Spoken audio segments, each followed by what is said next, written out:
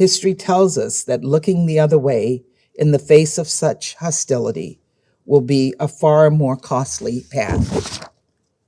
Russia's clear attack on Ukraine's sovereignty and territorial integrity is unprovoked.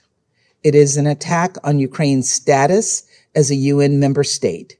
It violates a basic principle of international law, and it defies our charter. What is more, this move by President Putin is clearly the basis for Russia's attempt to create a pretext for a further invasion of Ukraine. The consequences of this action will be felt far beyond Ukraine's borders. We do not have to guess at President Putin's motives. Today, President Putin made a series of outrageous false claims about Ukraine aimed at creating a pretext for war, and immediately thereafter announced Russian troops are entering the Donbass. He claimed that Ukraine is seeking nuclear weapons from the West. This is not true. Ukraine is in fact one of only 4 countries to have voluntarily surrendered their nuclear weapons. The United States and our allies have no intention of supplying nuclear weapons to Ukraine, and Ukraine doesn't want them. And then President Putin asserted that Russia today has a rightful claim to all territories from the Russian Empire, the same Russian Empire from before the Soviet Union, from over 100 years ago.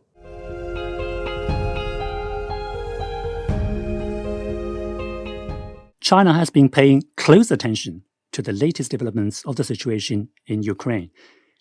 We fully elaborated on our position at the previous 2 meetings of the Council on this topic. At present, all parties concerned must exercise restraint and avoid any action that may fuel tensions.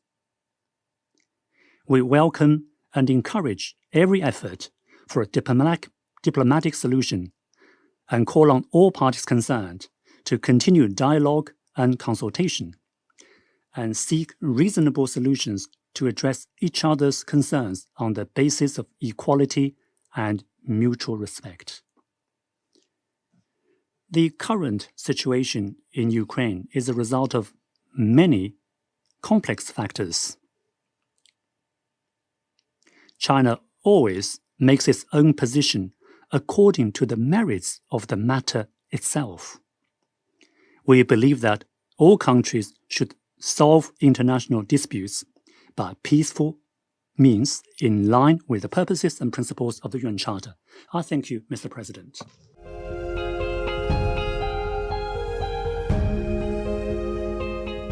One may get the impression that Russia's recognition of the LPR and the DPR took place suddenly, for no reason at all. Of course, that's not the case. It should be remembered that the DPR and the LPR declared their independence from Ukraine back in 2014. But we only recognize them now, despite the higher level of support for doing so, both in the republics themselves and in Russian society from the very beginning.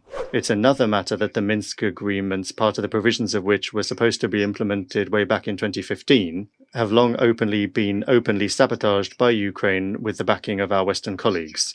And today we can see that many colleagues want to sign up to the idea that the Minsk agreements are dead, but that's not the case. And Kiev is still bound to implement them. We remain open to diplomacy for a diplomatic solution. However, allowing a new bloodbath in the Donbass is something we do not intend to do. Unfortunately, we are forced to note the extremely negative role played in all of this by our Western colleagues led by the USA. Instead of forcing Kiev to implement its obligations, they have merely been openly egging Ukraine on, repeating the meaningless mantra that the obligations under the Minsk agreement are not being implemented by Russia, which, as we've repeatedly underscored, is not even a party to the Minsk agreements. Moreover, while for the last few weeks already whipping up unfounded panic around the allegedly impending Russian invasion of Ukraine, our Western colleagues have been unashamedly cramming weapons into the country, sending instructors there, essentially nudging the Ukrainians who have concentrated an 120,000 strong military contingent along the contact line towards an armed provocation against Donbass. The joint efforts of the Western Ukraine have inflated an air bubble that simply had to burst. In the past weekend, there's been a sharp increase in the intensity of Ukrainian shelling of residential areas of LPR and DPR, and the 1,600 shells have been shot. Civilians have been killed. The territory of the republics has been penetrated by subversive groups who have carried out or tried to carry out sabotage of critical infrastructure. As I already said, there are casualties from among the civilian population. The LPR and DPR have declared general mobilization. It's in Russia and not Ukraine that refugees have flooded to. Over the last few days, the number of evacuated women, old people, and children has reached around 60,000 people, and Russia is hosting them and providing them with conditions for them to be housed and supported. There has also been shelling of some towns and villages on Russian territory near the border zone. And so it has become clear that Donbass is on the brink of a new Ukrainian military adventure, as was already the case in 2014 and 2015. We cannot allow that. That is why the Russian president heeded the opinion of parliamentarians and members of the Russian Security Council, and you know the rest, a detailed statement from our head of state about the reasons of this decision that has been taken was broadcast in detail by all the world's leading media.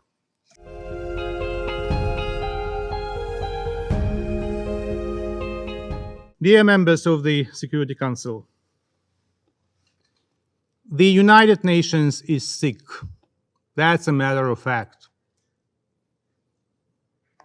It's been hit by the virus spread by the Kremlin. Will it succumb to this virus? It is in the hands of the membership. Today, the Kremlin copy-pasted word by word the decree on Georgia of 2008. Word by word, copy-pasted, copy-pasted. No creativity whatsoever. The copying machine in Kremlin works very well. Who is the next among the members of the United Nations?